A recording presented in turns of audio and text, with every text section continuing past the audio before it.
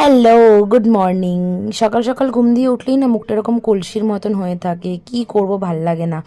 আর দেখবে এক একদিন এমন হয় যে সকাল থেকে শুধু বাইরের উল্টোপাল্টা খাওয়া, বাড়িতেও উল্টোপাল্টা খাওয়া হতেই থাকে। দুপুরবেলা মাকে বলেছিলাম একটু লোটে মাছের বড়া খাবো, তো মা দুপুরবেলা সেটা বানিয়ে দিয়েছিল। তারপরে আমি সন্ধ্যাবেলা পড়ছি, হঠাৎ করে দেখছি মা দই আর কিটক্যাট এনে দিয়েছে, আর কিটক্যাটটা খুলতে গিয়ে আমি ওটার কিউআর কোডটাই ছিঁড়ে ফেলেছিলাম।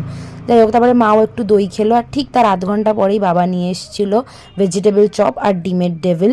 অনেক দিন পর না এরকম একটু ভালো ভেজিটেবল চপ খেলাম, বিকজ আমাদের এদিকটাতে এখন ভালো ভেজিটেবল চপটা পাওয়া যায় না। তারপরে রাতে সেরকম কিছু খেতে ইচ্ছা করছিল না, কিন্তু মাঝরাতে আমার হঠাৎ করে এত খিদে পেয়েছে, তাই কিছু আর করার নেই, আমি জাস্ট একটু পাউরুটি আর বাটার 2 পিস নিয়ে খেয়ে নিয়েছি। আর রাতে আমার চেহারার অবস্থা দেখে না নিজের ওপরে খারাপ লাগছে, বাট কিছু করার নেই, চলো এটা খাই আর খেয়ে তারপরে এবারে ঘুমাতে যাই। Ta-ta, by.